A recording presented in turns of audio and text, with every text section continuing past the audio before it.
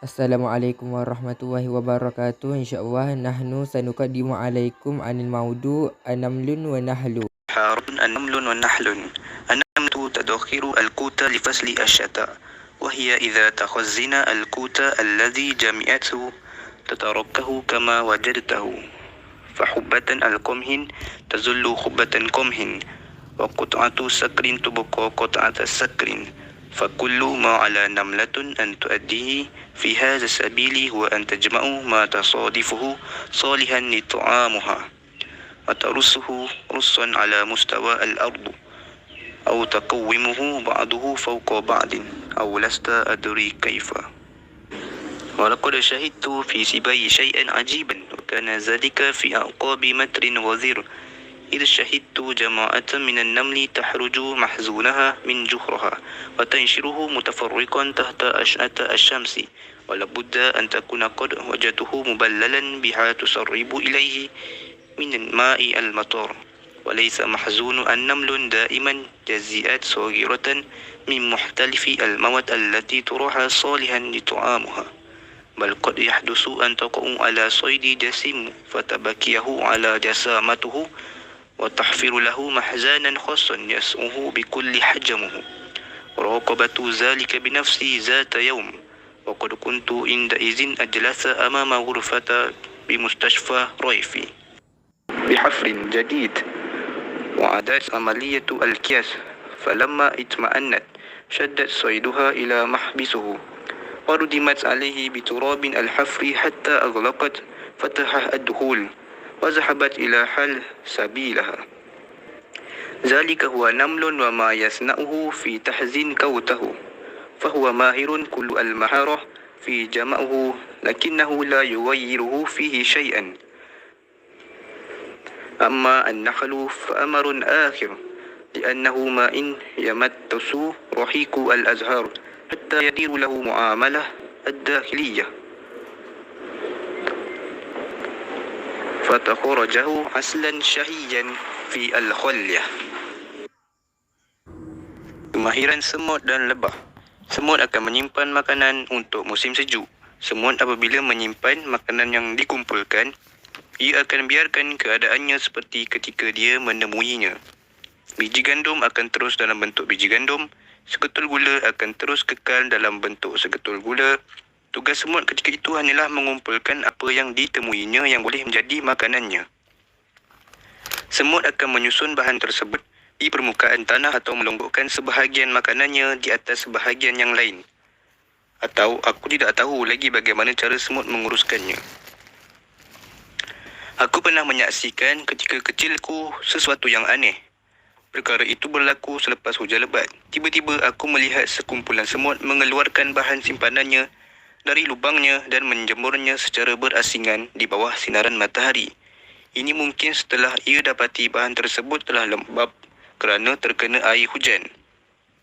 Bukanlah bahan simpanan semut itu biasanya berbentuk bahagian-bahagian kecil dari pelbagai bahan yang boleh dijadikan makanannya. Bahkan kadang-kadang berlaku buruannya bersaiz besar.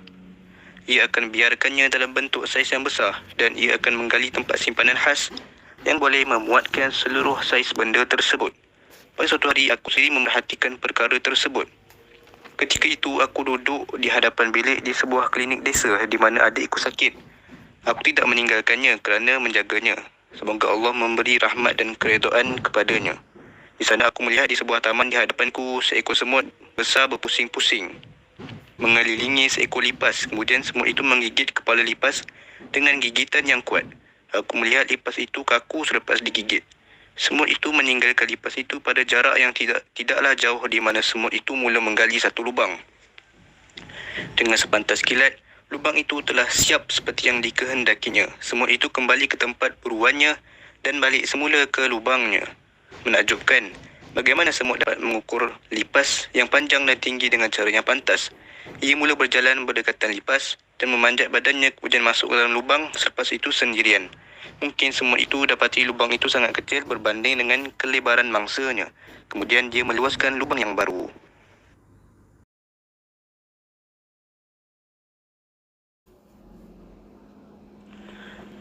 طرائق الأمم في جمع العلوم والمعارف. وعلى طريقة النمل وطريقة النحل يكون الإنسان في جمع معارفه وعلومه. فترى يصنع صانع النمل وترى يجري عليها طريقة النحل، وبين الطريقتين تحديث الشعوب. وكذلك الأصول في الشعب ما تسوده عملية الجمع وتحزينه، حتى إذا ما أراد أحد أن ينتفع بشيء من المعرفة المحزونة في حياته العملية أحرج من المحازن ما يريد ليستخدمه كما كان تلقاه وحفظه. ولكن في الوقت نفسه قد نجد شعبا آخر عصرا آخر لا يستريح إلا إذا تحولت المواد المجموعة على يديه خلقا جديدا. وبمثل هذا الإبداع يتقدم الإنسان، ولعلك تلاحظ أن عملية الجمع مشتركة في الحالتين، ولكن بينها يوقف عندها في الحالة الأولى، ويتخطاها المبدأ في مرحلة تبنى عليها في الحالة الثانية. فالنمل والنحل كلاهما يجمع مودة، فأما النمل فيخزن ما تجمع كما هو، أما النحل فيصير مما جمعه شيئا جديدا.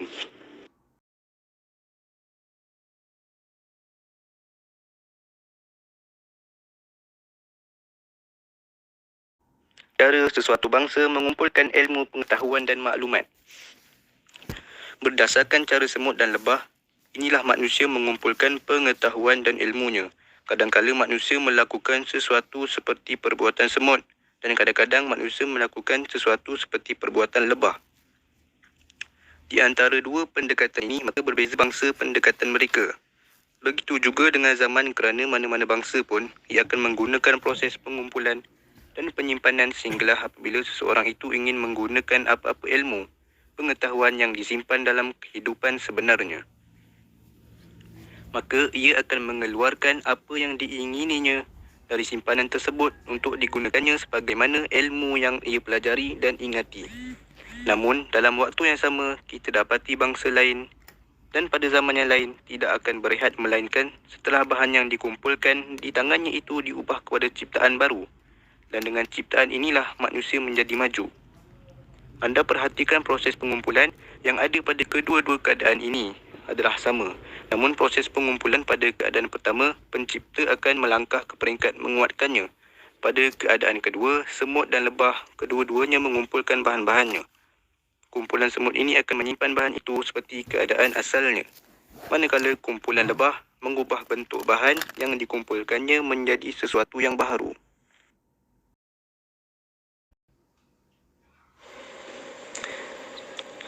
طريقة مصر في جمع علومها ومعارفها.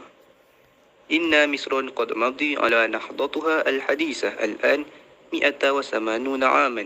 إنها بدأت نهضتها قبل أن تبدأ روسيا نهضتها بما يقرب من ثلث قرن، وقبل أن تبدأ اليابان نهضتها بما يقرب من 80 عاما. ولكن مصر خلال 180 عاما لم تبلغ من النهوض ما يكفي أن تبتكر هي الجديد وتضيفه، كما فعل غيرها من الشعوب النهضة ممن بدأ الشد بعدها.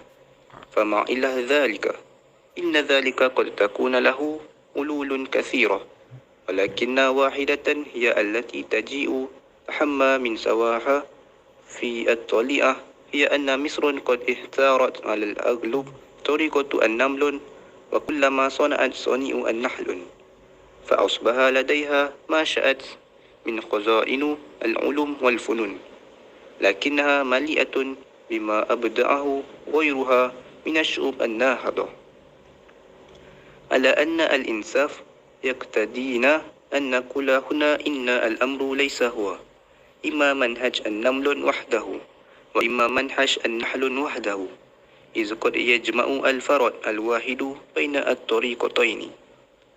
ومثل هذا نراه قد تحقق بعدت من أعلام النهضة الحديثة في مصر، ولكننا إذا ما أردنا حكما عادلا بما هو الأغلب على مجري حياتنا الطوال 180 عاما قلنا إنه منهج النمل في fil jama' wat tahzina. Cara negara Mesir mengumpulkan ilmu dan pengetahuannya. Negara Mesir telah berlalu kebangkitan modennya sekarang, iaitu 180 tahun yang lalu. Kebangkitan bermula sebelum munculnya kebangkitan Rusia hampir 3 kurun yang lalu, dan sebelumnya lahirnya kebangkitan Jepun hampir 80 tahun yang lalu. Namun, negara Mesir sepanjang 180 tahun kebangkitannya itu belum sampai ke tahap mereka mencipta sesuatu yang baharu atau lebih dari itu, sebagaimana yang dilakukan oleh bangsa lain yang membina kebangkitan moden mereka dan memulakan putaran seterusnya, iaitu menghasilkan sesuatu yang baharu. Apakah punca yang berlaku sedemikian? Di sana mungkin terdapat banyak sebab, tetapi punca utama yang mengatasi punca-punca lain ialah negara Mesir biasanya memilih cara pendekatan semut dan sedikit-sedikit sahaja menggunakan pendekatan yang dilakukan oleh lebah. Negara Mesir mempunyai gedung ilmu dan seni yang begitu banyak, namun simpanannya penuh dengan hasil ciptaan dari bangsa-bangsa lain yang maju. Sejujurnya, kita perlu nyatakan keadaan sebenarnya bukanlah begitu, sama ada menggunakan cara semut sahaja atau cara lebah sahaja, kerana kadang-kadang beberapa tokoh kebangkitan moden di Mesir telah membuktikannya. Tetapi apabila kita ingin menentukan secara adil mengikut kebiasaan yang berlaku dalam kehidupan kita sepanjang 180 tahun yang lalu, dapatlah kita katakan pendekatan negara Mesir ketika itu adalah menggunakan cara semut dalam mengumpul dan menyimpan bahan. نموذج للنهضة الثقافية. تعالوا نستعرض مع مسرعين أمثلة من أقوى النهضة الثقافية التي شهدت التاريخ، لنرى على أي منهج سارت فأبدعت، وسنرى أنها جميعا قد تشابهت في مراحل السير. خطوات نملية تجمع بها ما قد وصلت إليه الدنيا من أمهات الحقائق، تتلوها خطوات نحلية يمتص فيها أصحاب المواهب رحيق المعارف المجموعة، لا ليخزنوها في ذاكرتهم، لا تبقى على صورتها، بل ليحولوها في معامل المواهب إبداعا جديدا. أما في مرحلة الانطفاء والركود فإن الدارسين يحفظون أن ظهر قلب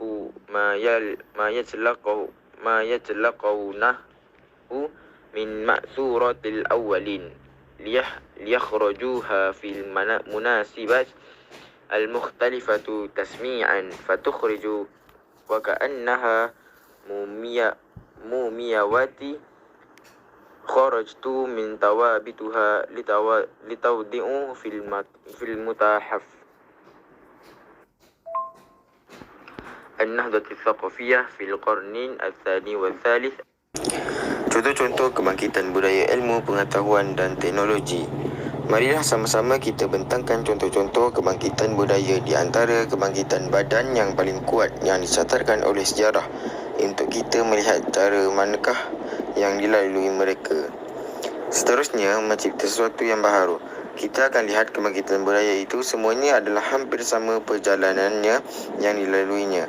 Pendekatan cara semut mengumpulkan bahan, sesungguhnya dunia telah mempunyai bahan-bahan utama yang mengikuti cara lebah, iaitu orang-orang yang mempunyai kepakaran akan menyedut marisan mengambil ilmu yang terkumpul, bukan untuk mereka menyimpannya dalam ingatan sahaja supaya ia kekal dan dalam bentuk asalnya, bahkan untuk mereka menukarkannya kepada makmal kepakaran untuk menghasilkan sesuatu penciptaan yang baharu. Pada peringkat kehancuran dan kemerosotan sesuatu bangsa itu, maka ilmuwan atau pengkaji akan menyimpan di dada mereka apa yang mereka temuinya daripada peninggalan terdahulu untuk dikeluarkan pada masa lain yang sesuai, secara memperdengarkan atau meriwayatkan perkara tersebut. Ia akan keluar seolah-olah umpama mumia yang keluar dari kerandanya untuk diletak di dalam muzium. النهضة الثقافية في القرن الثاني والثالث الهجرين، ولنجعل مثلنا الأول ذلك المد الثقافي الذاكر في تاريخ بلاد المسلمين، فلم يكد يمضي على ظهور الإسلام ما يزيد قليلا عن قرن واحد، شغل فيها العلماء أساسا باللغات وما يتصل بها من شواهد وقواعد، حتى بدأت حركة الجمع من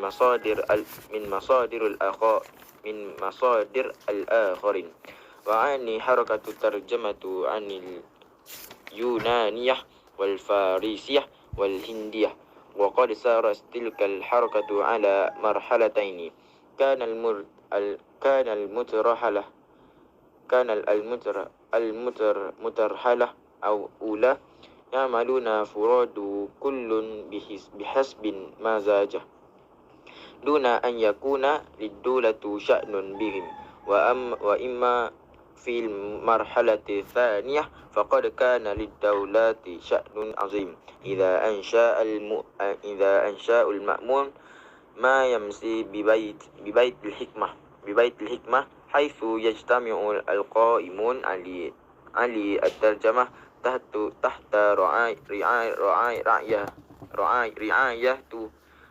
رعاية الخليفة. وكانت حصيلة ذلك كله أن أصبحوا بين أيدي الدارسين ترجمة لمعظم المؤلفات أرسطو وما كتبه الشارحون لأفلاطونية المحدثة، وبعد محاورات أفلاطون ومعظم مؤلفات جالينوس، وأجزاء مما كتبه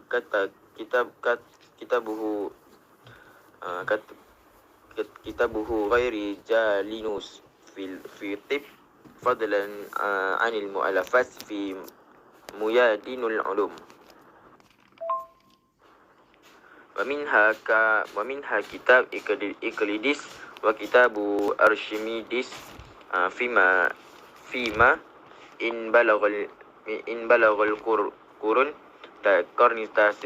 الثالث الهجري نهايته إلى وقد شهدت العربية محصولا طيبا مما أنتجه سابقون في ثقافات أخرى. ولك أن تتخيل نفسك وقد دخلت بيت الحكمة في بغداد لترى جماعة المترجمين منكبة على صحائفها تنقل من لغة أخرى إلى اللغة العربية، وبين هؤلاء ثلاثة من أسرة واحدة هم أبو زيد حنين بن إسحاق وابنه إسحاق وابن أخته حنين. فهل يسعك وأنت ترى هؤلاء يترجمون ما يترجمونه إلى أن تدرك من فورك أنك إنما تشهد شيئا يشبه جهود النمل في الجمع والتخزين، وإن تلك المادة منقولة إلى العربية لن تكون هي الثقافة العربية، ولكن الذي سيجعلها كذلك رجالا آخرون يتلقون تلك المترجمات ليرشفوا رحيقا ثم ليخرجوا ما قد رشفوه خلقا جديدا، هو الذي نشير إليه اليوم إذا ما تحدثنا عن التراث العربي، وهو في عزه وذروة مجده. Kebangkitan budaya, ilmu dan teknologi pada dua kurun kedua dan ketiga hijrah. Kita jadikan contoh pertama perkembangan ilmu yang tinggi ini dalam sejarah negara-negara Islam. Tempohnya berlalu selepas kemunculan Islam tidak lebih dari 1 kurun sahaja. Para ulama di negara-negara Islam pada mulanya menumpukan kepada bahasa Arab dan perkara yang berkaitan dengannya seperti contoh dan kaedah, sehinggalah bermulalah gerakan mengumpul daripada sumber-sumber lain. Saya maksudkan adalah gerakan penterjemahan dari bahasa Yunani, bahasa Parsi dan bahasa India ke bahasa Arab. Gerakan ini telah melalui 2 peringkat. Peringkat pertama dilakukan secara persendirian mengikut acuan dan cita rasa tersendiri tanpa campur tangan pihak kerajaan. Peringkat kedua pula, kerajaan memainkan peranan penting di mana Khalifah Al-Ma'mun telah membina apa yang dinamakan Baitul Hikmah, di mana berkumpul semua penterjemah di bawah kendalian Khalifah. Hasilnya dari usaha itu, para pengkaji dan penyelidik mendapat banyak terjemahan karya-karya agung Aristotle dan penulisan ilmuwan yang menghuraikan ucapan Plato, yang petah bercakap dan beberapa dialog Plato. Kebanyakan karya Galenos dalam bidang perubatan, di samping karya-karya dalam bidang sains, antaranya buku-buku Euclides, buku Archimedes, tidak sampai ke penghujung kurun ke-9, kurun ke-3 Hijrah. Bangsa Arab menyaksikan hasil yang baik melalui apa yang dihasilkan oleh ilmuwan terdahulu dalam budaya-budaya lain. Anda boleh bayangkan diri anda memasuki Baitul Hikmah di Baghdad. Anda akan lihat sekumpulan penterjemahan tekun di hadapan helaian-helaian mereka, memindahkan bahan dari bahasa lain ke bahasa Arab.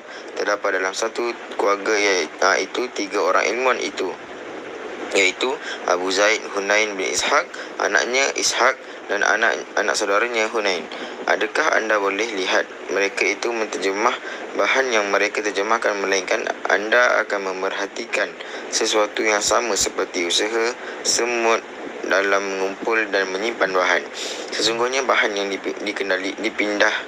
dipindahkan ke dalam bahasa Arab bukanlah budaya bangsa Arab, tetapi ini menjadikan seperti itu juga tokoh-tokoh lain. Mereka akan mengkaji bahan-bahan terjemahan tersebut untuk menyeduk manisnya. Kemudian mereka akan mengeluarkan apa yang mereka sedut itu menjadi ciptaan baru. Inilah yang kami ingin tunjukkan pada hari ini apabila kita membicarakan tentang warisan bangsa Arab yang begitu tinggi dan mulia. Contoh-contoh kebangkitan budaya ilmu, pengetahuan dan teknologi. نهضة الحضارة العربية في القرن الرابع الهجري، وانتقلوا مع التاريخ العربي إلى قرن العاشر رابع هجري، وخذوا ما اتفقوا لديك إن تصلوا إليه في خزانة الكتاب التي عاش أصحابها في ذلك العهد، ثم انظر إلى محتواها لترى كيف تحولت الأزهار إلى عسل. فقرأوا مثلا لأبي حيان التوحيد تهجدك أمام فكر عربي جديد كثيرا، فلا هو شبيه بما قد كان عند إسلافه العرب من فكري، ولا هو يشبه كلا شبه ما نقل إلى العربية من مؤلفات اليوناني. وليس ذلك المذاق الجديد مقصورا على رجل أو رجلين، بل هو طبيع شامل لعصر الكامل.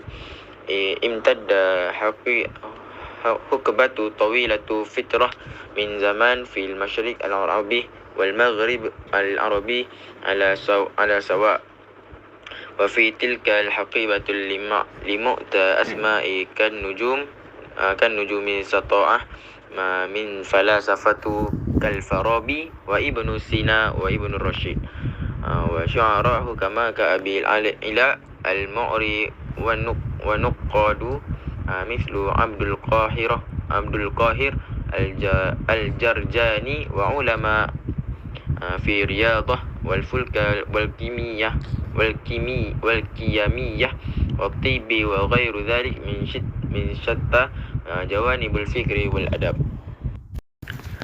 Kebangkitan tamadun Arab pada kurun ke-4 Hijrah. Bergeraklah bersama sejarah bangsa Arab sehingga kurun ke-10, kurun ke-4 Hijrah, dan ambillah apa yang kamu suka dan dapat kamu capai dari rak-rak buku yang mana penulis-penulisnya hidup pada zaman tersebut. Kemudian lihatlah kandungannya, nescaya kamu dapat lihat bagaimana bunga-bungaan bertukar menjadi madu.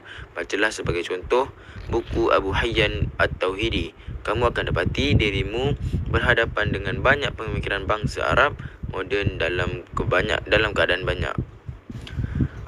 Pemikiran tersebut tidak sama dengan apa yang ada pada generasi Arab terdahulu dan tidak sama dengan apa yang dipindahkan ke dalam bahasa Arab daripada karya-karya Yunani. Perkara yang mempunyai cita rasa yang baru itu bukanlah hanya terhad pada seseorang atau dua orang sahaja, bahkan ia merangkumi semua bagi satu zaman. Ianya berkembang dalam tempoh masa yang panjang, sama ada di kawasan timur dan kawasan barat. Tanah Arab dalam tempoh masa tersebut telah bersinar nama-nama tokoh seperti bintang berkelipan di kalangan ahli falsafah seperti Al-Farabi, Ibn Sina, Ibn Rushdi, di kalangan penyair-penyair yang bijak seperti Abu Al-Ala Al-Ma'ari, dan kalangan pengkritik sastra seperti Abdul Qahir Al-Jurjani. Begitu juga pakar dalam sukan atau matematik, astronomi, kimia, perubatan dan pelbagai aspek pemikiran dan sastra yang lain. بعد ذلك نماذج من النهضات الثقافية الزاهرة وننتقل إلى المثل الثاني من نهضات الثقافية الزاهرة وهو مثل أوروبا في نهضاتها التي وصفت بأنها ولادة جديدة. فها هنا أيضا كانت المرحلة الأولى شبيها بما يصنعه النمل بطعامه المدخر جمعا وتخزينا حتى يهين له الهين، فيما إن فكت أوروبا في أواخر عصورها الوسطى تجمع بين يديها أهم ما أنتجه العقل البشري في ثقافة اليونان وثقافة الروماني وثقافة العربي، وترجم هذا كله أخذت دائرة انتشاره تتسع حتى بات في متناول الدارسين في الأديرة والجامعات وتحت أيدي رجال الفن والأدب. ثم جاء دور النحل والعسل. فإذا الدنيا أمام روح جديد وعقل جديد، ولم تكن تلك الجدة مقصورة على علماء من أمثال جاليليو وكوبرنيك، ولا على رجال فن من أمثال رافائيل ومايكل أنجلو وليوناردو دافنشي، ولا أدباء وشعراء مثل شكسبير، بل الجدة شملت روح الحياة نفسها وسادت في الناس فرحة غريبة كفرحة الطفل بشيء جديد. انطلق الرحالة يجوبون البحار المجهولة والأرض البعيدة ويصعدون الجبال بعد أن لم تكن تلك الجبال قبل ذلك إلا مصدر للخوف والتخويف. دبت في الحياة كلها روح المغامرة والبحث عما وراء الأستار وما اختفى في الظلمات. فكان من كل ذلك أن دخل العالم عصره الجديد علما واكتشافا وأدبا وفنا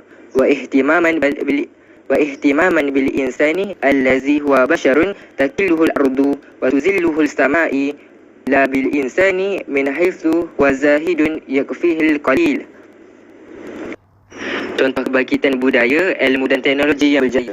Kita berpindah pula pada contoh kedua dari kebangkitan budaya yang berjaya, iaitu contoh kebangkitan Eropah yang disifatkan sebagai kelahiran baru. Di sini juga pada peringkat awalnya sama seperti apa yang dilakukan oleh semut dengan makanannya yang tersimpan, iaitu mengumpul dan menyimpan bahan makanan tersebut sehingga tiba masanya. Eropah juga tidak terlepas pada akhir abad pertengahan mengumpulkan dalam simpanan mereka perkara utama yang dihasilkan oleh akal manusia dalam budaya ilmu dan teknologi Yunani, budaya Rom dan budaya Arab. Mereka menterjemahkan semuanya. Maka kawasan penyebarannya mula bertambah luas sehingga pengkaji dan penyelidik mudah memperolehinya di biara-biara dan juga universiti juga berada di tangan pakar bidang seni dan sastera. Kemudian datang peranan lebah dan madu. Dunia sekarang berhadapan dengan semangat dan pemikiran baru. Usaha tersebut tidak terhenti pada ilmuwan seperti Galileo dan Copernic. Tidak juga terhenti pada pakar seni seperti Raphael dan Michelangelo dan Leonardo da Vinci. Juga tidak terhenti pada sastrawan dan penyair seperti Shakespeare. Bahkan, usaha ini merangkumi semangat hidup itu sendiri dan menyelubungi dalam diri manusia perasaan gembira yang begitu aneh seperti kegembiraan kanak-kanak pada sesuatu yang baharu. Rombongan manusia mengebara mengharungi lautan yang belum diterakai. Tempat-tempat yang jauh, mereka mendaki bukit bukau yang sebelum ini hanyalah tempat yang ditakuti dan digeruni. Situasi ini telah menjalar dalam hidup menjadi suatu semangat, penggembaraan dan penerokaan tentang sesuatu yang ada di sebalik tirai dan yang tersembunyi dalam kegelapan. Daripada semua situasi tersebut, dunia telah memasuki era baharu dari sudut ilmu, penemuan, sastera, seni serta keprihatinan manusia yang berlantaikan bumi dan berbumbungkan langit. Bukannya manusia yang hanya bersikap zuhud dan memadai sesuatu yang sedikit.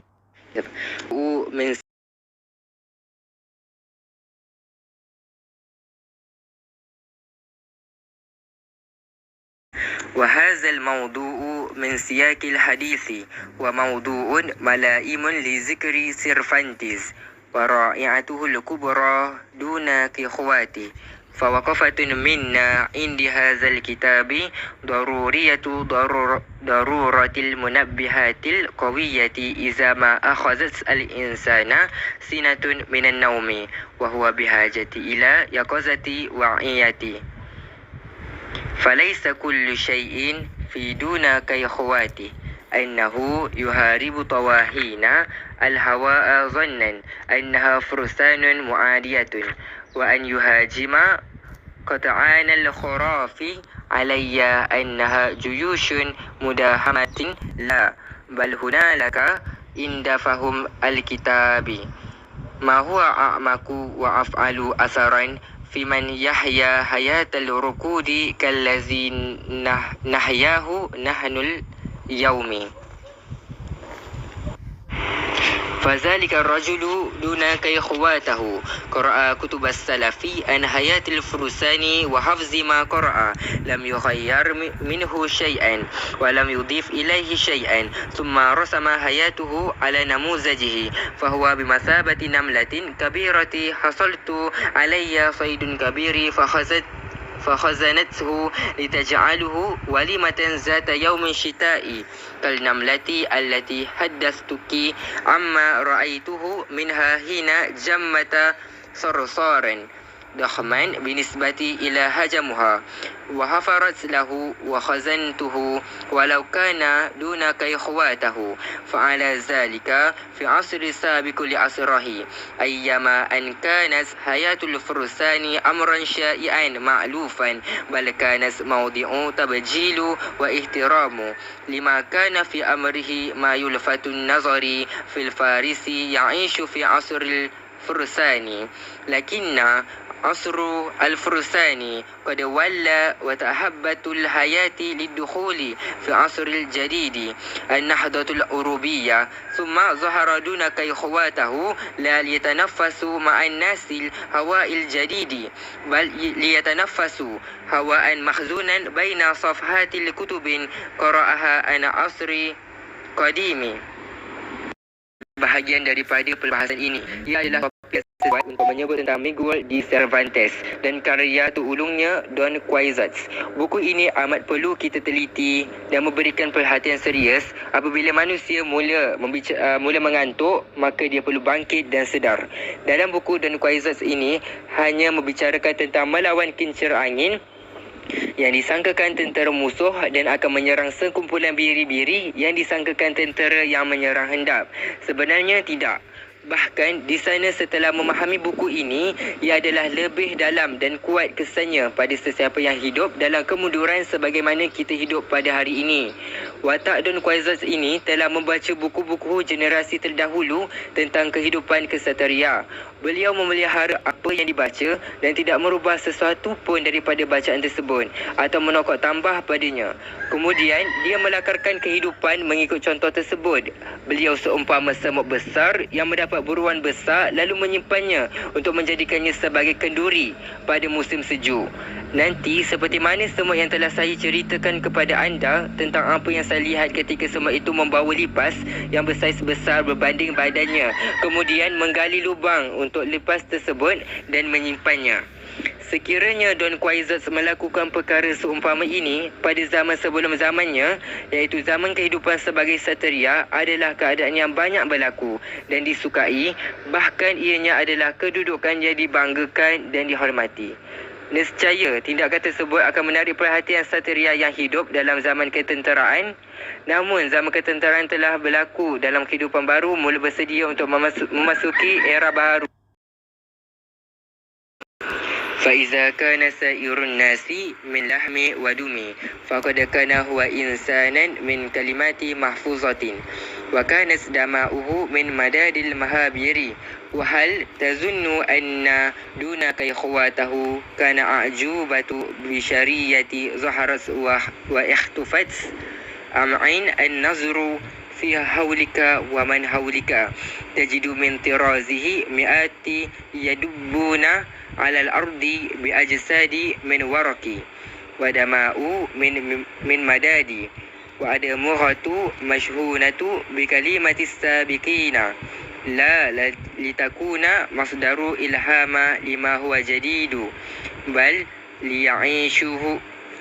ليعيشوها كرة أخرى كما لو تمد بيننا وبين أصحابها 100 السنين, iaitu era kebangkitan Eropah. Kemudian muncul Don Quixote, bukan untuk bernafas bersama orang ramai dengan udara baharu, bahkan untuk menghirup udara yang tersimpan di antara lembaran-lembaran buku yang dibacanya tentang zaman dahulu. Apabila semua orang yang terdiri dari daging dan darah, maka ia adalah manusia dari perkataan-perkataan yang dipelihara dan darahnya dari tinta dakwat. Adakah anda menyangka Don Quixote adalah keajaiban manusia yang muncul dan hilang? Berhati dengan teliti perkara di sekeliling anda dan orang di sekeliling anda, maka anda akan dapati beratus-ratus bentuk yang menjalar atas bumi dengan jasad-jasad daripada kertas, darah-darah daripada dakwat, otak-otak yang digilapkan dengan perkataan-perkataan generasi terdahulu.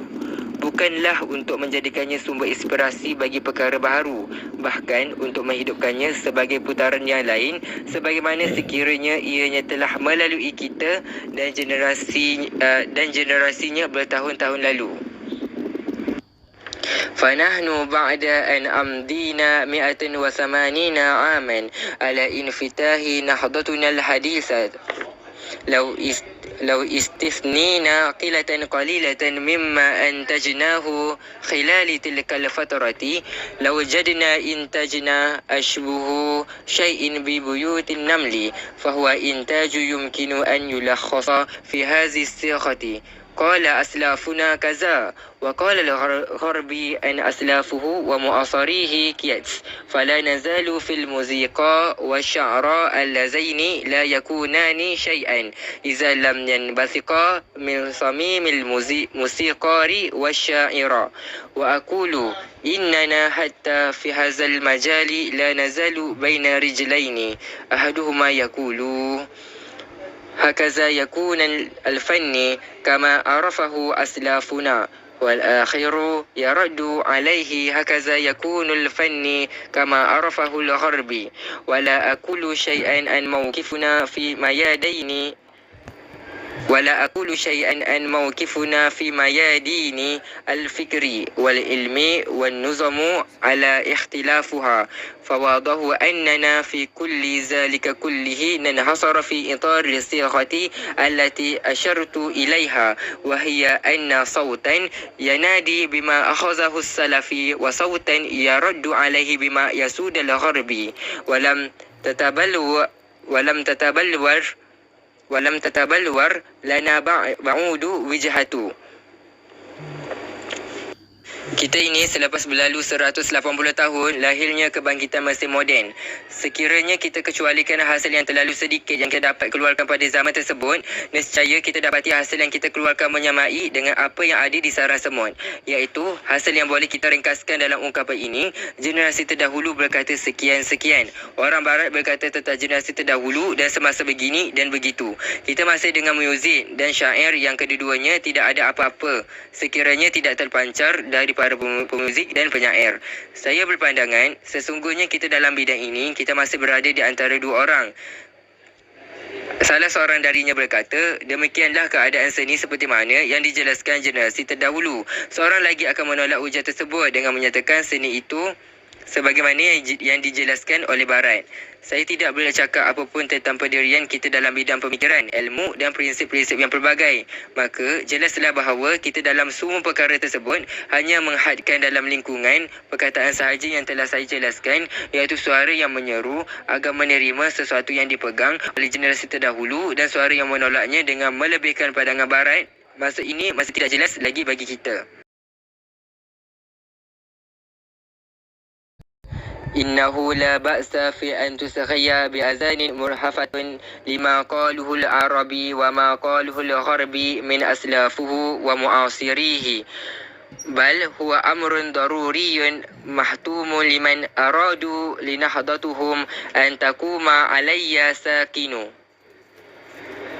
ولكن البأس كل البأس أن نقف من زينك المصدرين موقف النمل في الجمع والتخزين وكفى، إذ يبقي بعد ذلك دور النحل في التحويل وتمثيل، ليتاه لنا أن نقول هذا كتابنا بيميننا وعلى أساسه يكون الحساب، ولقد تحقق لنا هذا بالفعل في كثير من الإبداع الأدبي وفي قليل من الفن، ولكنه لم يتحقق